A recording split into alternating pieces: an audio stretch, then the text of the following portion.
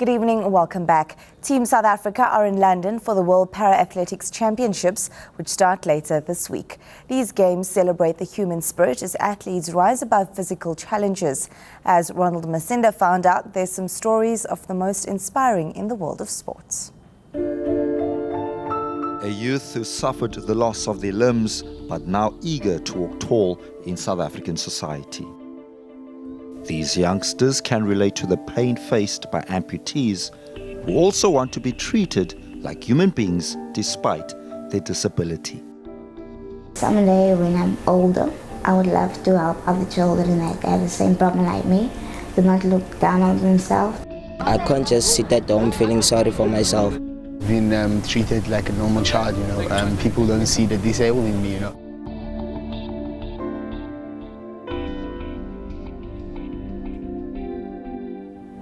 But there is hope for amputees. One way to rebuild their self-worth and to cope with their disability is through sport.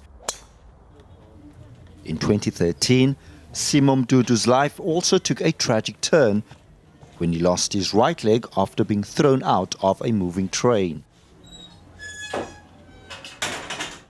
The 19-year-old has developed a passion for golf.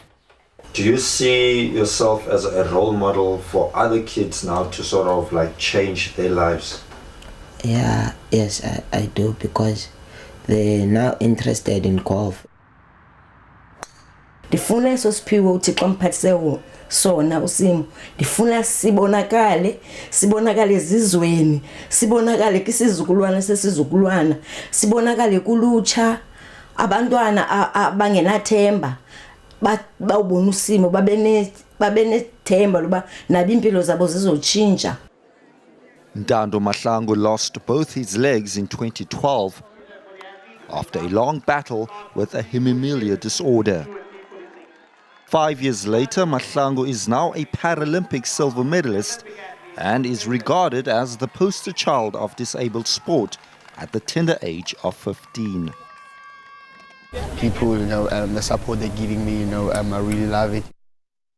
Alison Augston, who lost her leg in a car accident in 1995, is now an activist for amputees.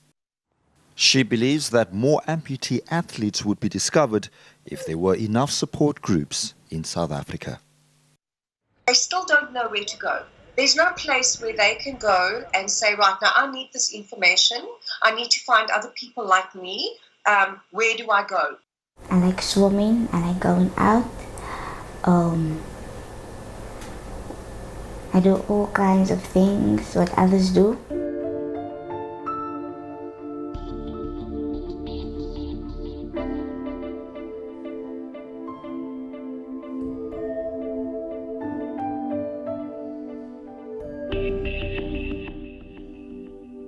Ruth Ontong is a budding swimmer.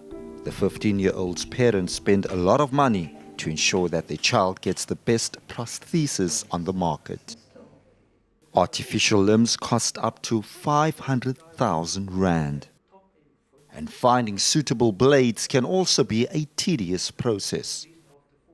The cost relating to prosthetics is something that we focus on a daily basis. We've actually just had a very interesting international congress in Cape Town relating to the developing countries and the cost relating to prosthetics. We as a practice are trying to explore options where we can reduce the professional time involved. The manufacture of a prosthesis is a very time-consuming process. Justin's currently busy taking a plaster mold of her leg. This thing gets filled with plaster of Paris. Shaping and changes get done to the mold. We then mold it with a clear plastic, or we laminate it with resins. We then go through a long fitting process. It's this extremely time-intensive procedure which all has to be customized to the individual. And the problem with it is you often don't get it right the first time. It's a perfect fit until the person walks and then the bone starts rubbing on the socket or something like that.